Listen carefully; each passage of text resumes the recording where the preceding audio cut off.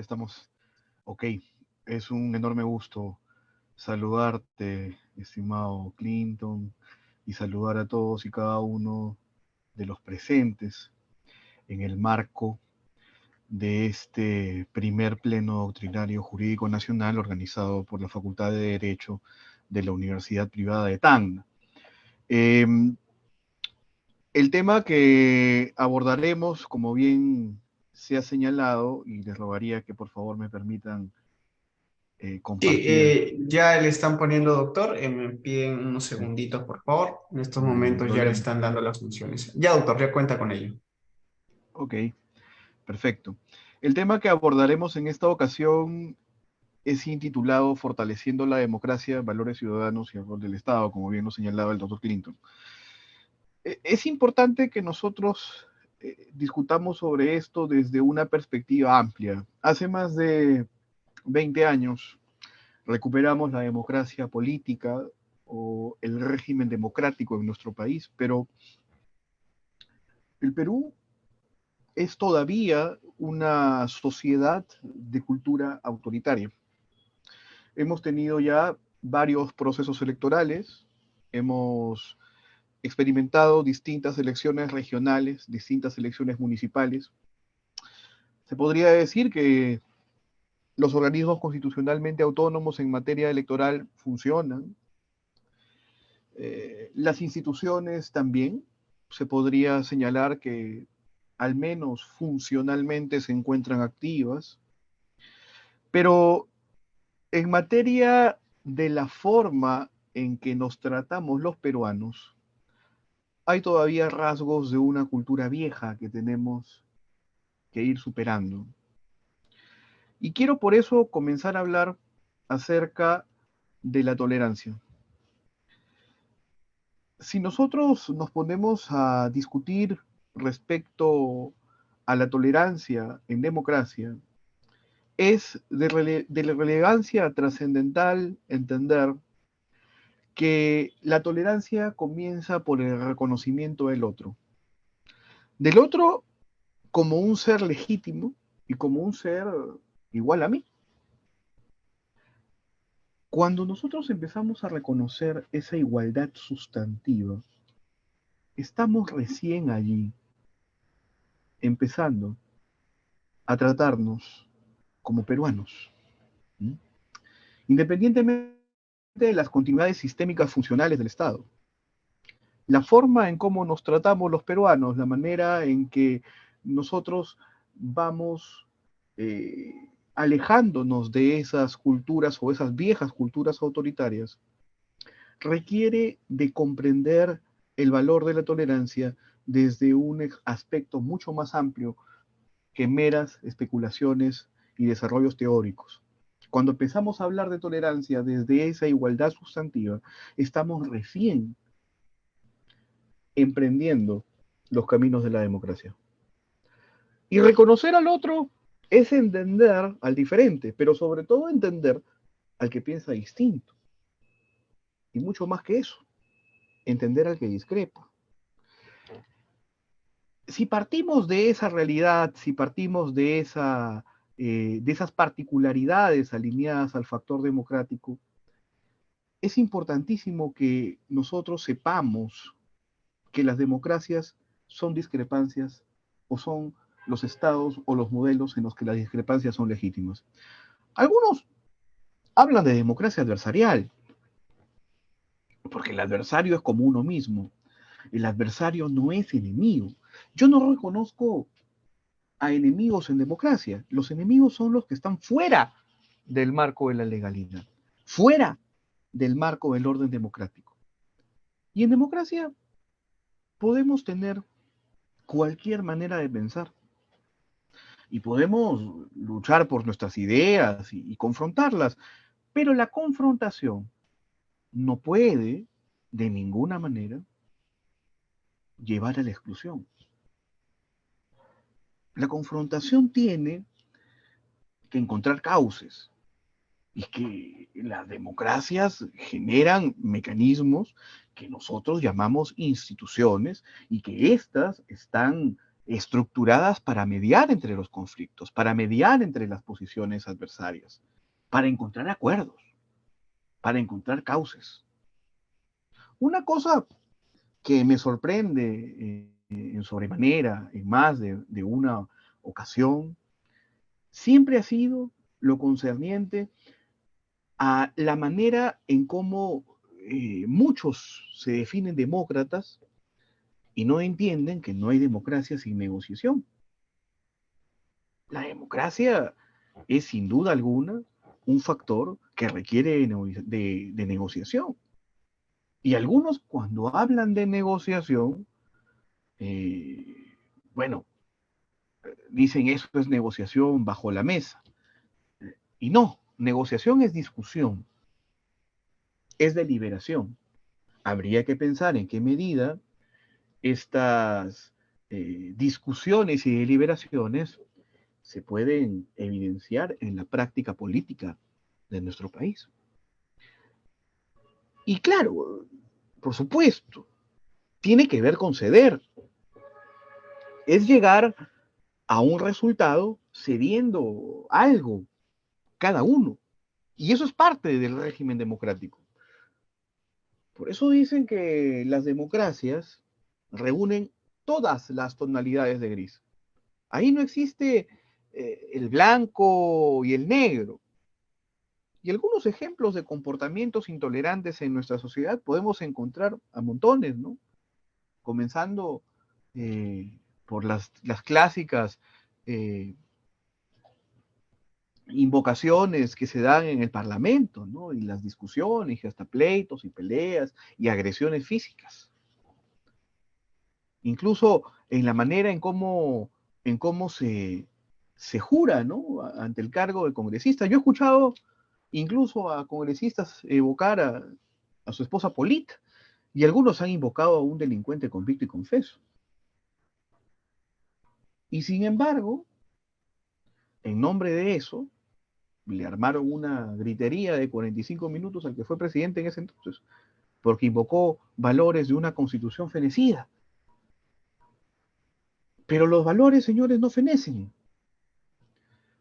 Y el juramento de cada uno, dicho sea de paso, salvo el del presidente, no tiene que hacer pues fundamentación de nada. El presidente sí menciona el Estado de Derecho, las reglas de juego, las instituciones. Los demás solo tienen que decir sí juro, sin embargo dicen de todo. Y a pesar de eso, son intolerantes para lo que diga el otro. Sin embargo, pues para este ejemplo no necesito de fiestas patrias, no necesito de ceremonias con unos jefes de Estado o una gritería en sesiones normales del Congreso, del Parlamento, ¿no? Ustedes pueden ver cuánto diálogo hay en el Congreso porque encuentran un congresista hablando y los demás hablando por teléfono en la computadora, caminando, paseando, haciendo cualquier cosa. Bueno, lo único que no pueden es fumar ahora, ¿no? Pero todo lo demás pueden hacer.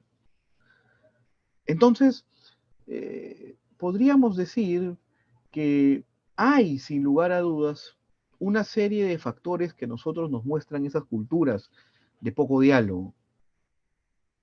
No hay esa actitud de escuchar al otro y esa apertura directa a que se pueda plantear de alguna forma una deliberación y en base a esa deliberación tomar conclusiones. A veces ni en las comisiones, que son, como ustedes saben, grupos más cerrados. Ni siquiera en las comisiones se escuchan entre sí. ¿Y eso por qué?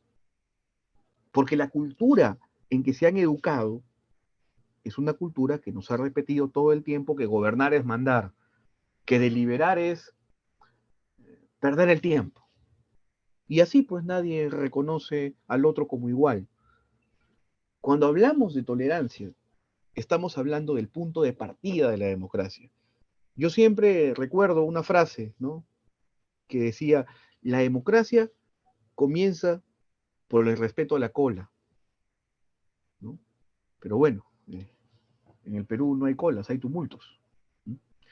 Y siempre encontramos alguno que entra, ¿no? Y con el pechito muy levantado dice, yo primero. ¿Por qué? Porque yo soy. ¿No? Eso pues no funciona en una cultura democrática. Y esto es solamente una dimensión. Obviamente hay muchas dimensiones que ver. Yo siempre enfatizo la política, pero cómo se discrimina en materia sexual, en materia de culturas ancestrales, que son base de la peruanidad. Pero sin embargo, incluso en el Parlamento, ustedes recordarán, se ha tratado con desprecio a quechua hablantes, ¿no? Incluso una congresista ya fallecida tuvo una serie de intercambios verbales con otros congresistas representantes, sobre todo en la región Puno. En el Perú hay mucha dosis de racismo, lamentablemente. Se piensa en el otro mirándolo sobre el hombro. Y cuando hemos visto el informe de la Comisión de la Verdad, encontramos cómo ese racismo estaba en todos los actores. Estaba en Sendero, estaba en los militares, estaba en las comunidades, estaba en lo que decían, ¿no?, respecto a los más pobres. Y eso es parte de lo que se tiene que cambiar.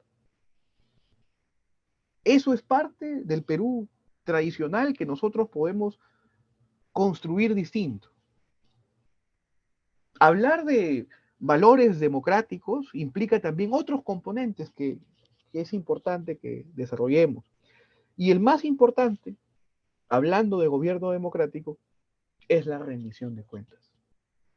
Porque lo que distingue a un gobierno democrático de cualquier otra forma de gobierno es que el gobernante no está por encima del ciudadano, es un ciudadano y por lo tanto le tiene que rendir cuentas a los demás ciudadanos. Y rendir cuentas es explicar, es informar, es contestar, a veces increpar, incluso increpar y contestar preguntas poco formuladas o poco preparadas, pero hay que contestar, hay que informar.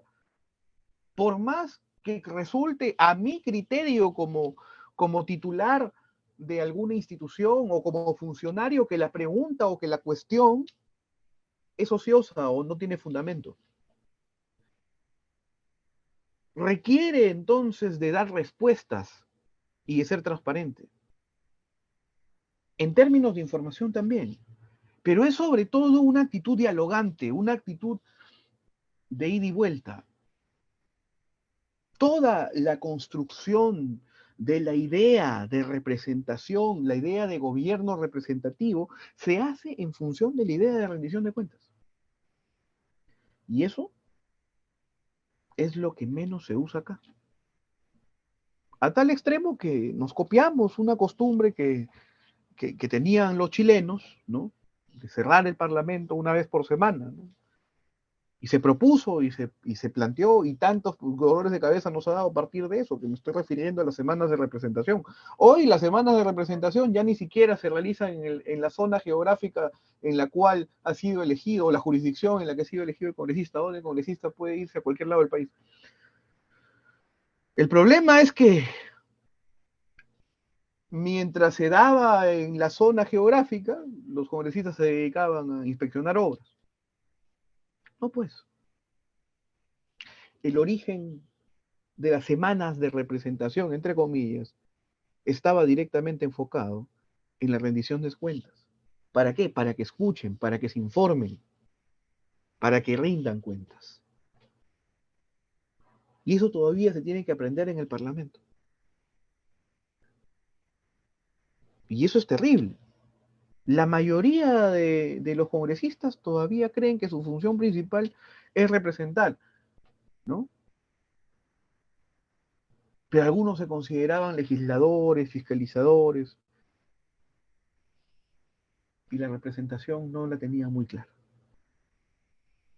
Y junto con la rendición de cuentas, que es una condición de ciudadanía, que es lo que hace que nos sintamos ciudadanos, la transparencia es trascendental. Y aquí también hay años en el Perú de lo que se llama la cultura del secreto. Claro, en el tiempo se ha ido reduciendo. Más o menos a inicios del siglo XXI yo participé en una adjuntía de la Defensoría del Pueblo, realizando varios trabajos alineados al enfoque de la ley de acceso a la información pública, con el gentil auspicio del PNUD. Cada entidad en el pasado, ¿no?, tenía todos los sellos, estrictamente secreto, muy secreto. Habían otros más suaves, ¿no? Pero todo era alineado a la falta de derecho del ciudadano a saber qué pasa ahí, ¿no? Básicamente era eso.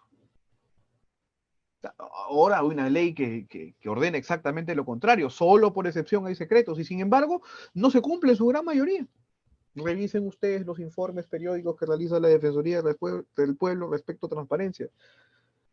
La transparencia tiene que ver con eso, con información objetiva, pero tiene que ver también con la actitud de la conducta del funcionario, con una cosa que en el Perú es muy común y en Estados Unidos le cuesta el puesto a cualquiera, que es no mentir. Y no mentir frente a la función pública. Porque miren, eso le costó nada más y nada menos que el puesto a Richard Nixon. Nixon hizo varias barbaridades, pero la mayor que hizo fue mentir. Y eso le costó la presidencia. Preguntémonos cuántos presidentes han mentido, si quisiéramos hacer una analogía. En el Perú no tenemos pues esos antecedentes. Quizás habría que construirlos. No sé si a ese costo, pero creo firmemente que deberíamos construirlos. Una idea más. Hay algo que hace parecida la democracia al fútbol.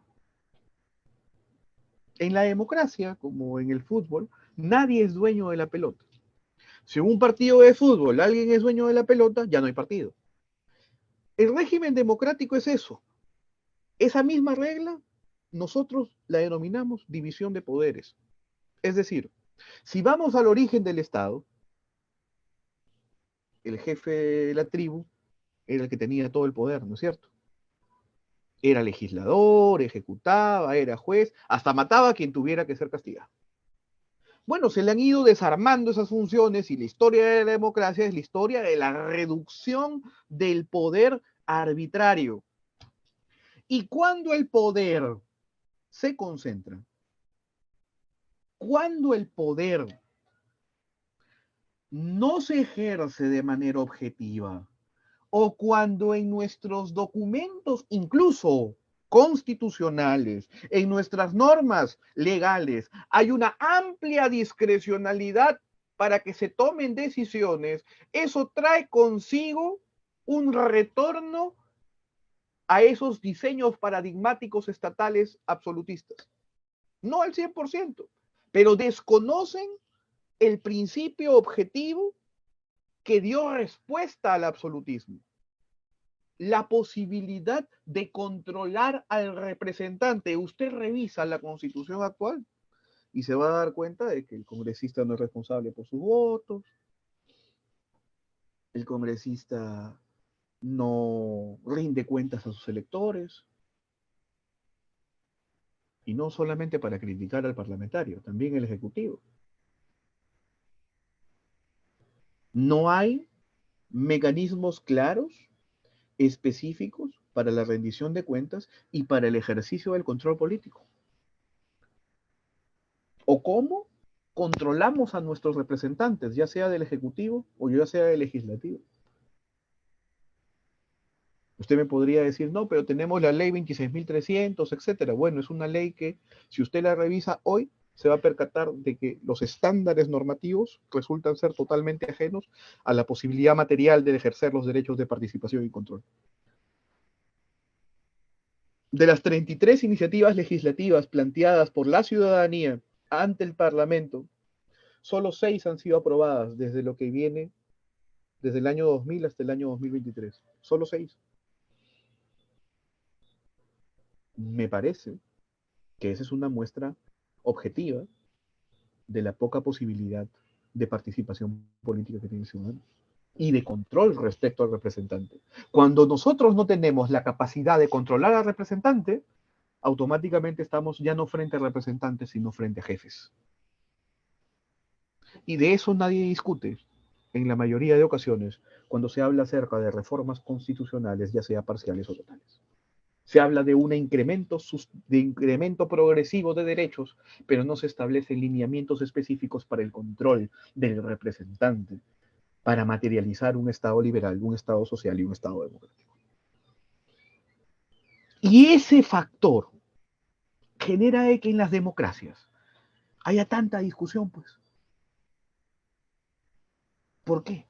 Porque el representante cree que es el iluminado, es el caudillo. Basta con escuchar los diálogos o las peroratas de los parlamentarios. El pueblo, el pueblo, el pueblo y la invocación al pueblo. Mucho cuidado con la invocación al pueblo.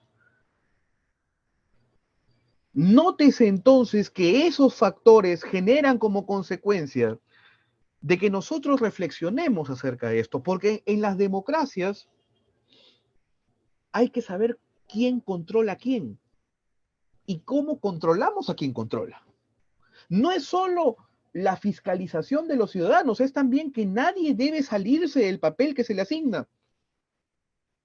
Por eso, en el Perú, además, tenemos que tener mucho cuidado con algo de nuestra tradición cultural, que es, como lo mencionaba anteriormente, el caudillismo. En el Perú todos quieren ser jefes, desde el más chiquitito. Esa lógica de jefe ha impregnado mucho de la estructura del Estado. Tenemos un presidencialismo donde lo que llamamos los poderes metaconstitucionales del presidente son poderes que no están escritos en la Constitución, pero que la gente los deduce, ¿no? Los deduce por costumbres o por imágenes. Yo les dejo, por ejemplo, una imagen. Cuando un ministro jura ante el presidente respecto a su cargo, ¿cómo juran los ministros? ¿No? Teóricamente están de rodillas ante un crucifijo, pero resulta que detrás del crucifijo hay otros chiquitos o grandazos, ¿no? Que están justamente frente al ministro. Y no se dan cuenta que de acuerdo a las estructuras constitucionales, ¿no? Solo son ministros en el momento en que le dicen no al presidente. Pero bueno, claro, esa es otra discusión. Y yo les apuesto que la mayoría de ministros creen que están jurando ante el presidente y no ante el crucifijo. El tema de fondo, sin embargo, es que en democracia nosotros tenemos que tener en cuenta que hay funciones, hay papeles y hay controles. Y una idea final. Lo anterior siempre tendrá que terminar, presumirse en un valor que es la solidaridad. Y la idea final es esta. Sostengo que no existe ciudadanía en la extrema pobreza. No existe. Y por tanto, nos mentimos los peruanos cuando hablamos de ciudadanos con un porcentaje todavía muy grande de extrema pobreza. Y la extrema pobreza no es algo que se resuelve simplemente con dinero. Es también dinero, claro, más tiempo, porque hay elementos en la educación y en la salud. Y esto significa que construir la ciudadanía es ser muy radicales en acabar con la extrema pobreza. Y pareciera que hoy es posible, pareciera que hay un crecimiento importante de la economía. Pero cuando eso ocurre, todos se olvidan y se sigue hablando del tema de la pobreza como algo que siempre tiene que existir. Sin embargo, es algo que niega sustantivamente las condiciones previas para la construcción democrática. ¿Ustedes creen que aquellos que viven en extrema pobreza van a estar interesados en participar políticamente? No, van a estar interesados en sobrevivir. Y si partimos del hecho de que en un Estado democrático la construcción y la legitimación de un Estado constitucional se basa en la cooperación, que dicho sea de paso era uno de los principios de la Revolución Francesa, y no una cooperación porque todos mientras jalamos o empujamos el carro todo funciona, no, sino porque reconocemos de que todos somos iguales, reconocemos de que todos tenemos la capacidad de autorregularnos y reconocemos de que la única manera de materializar el bien común es participando todos. Si no participan todos, participan solamente algunos y ellos no se enfocan en deliberar, no se enfocan en dialogar, no se enfocan en obtener el bien común, sino más bien en obtener beneficios parciales y temporales respecto al ejercicio del poder. Y estos son, estimados amigos, entonces, algunos de los valores de los que les quería hablar y espero que de alguna manera seamos capaces de construirlos. Agradezco enormemente la invitación de la Facultad de Derecho de la Universidad Privada de Tacna y agradezco, por supuesto, a cada uno de los presentes por haberse tomado el tiempo de escuchar estos diálogos que hemos tenido. Muchas gracias. Muchísimas gracias, estimado profesor Roberto Cabrera Suárez, por estar presente en el primer encuentro nacional organizado por la Facultad de Derecho de la Universidad Privada de Tacna. Gracias, profesor. Hasta una próxima oportunidad.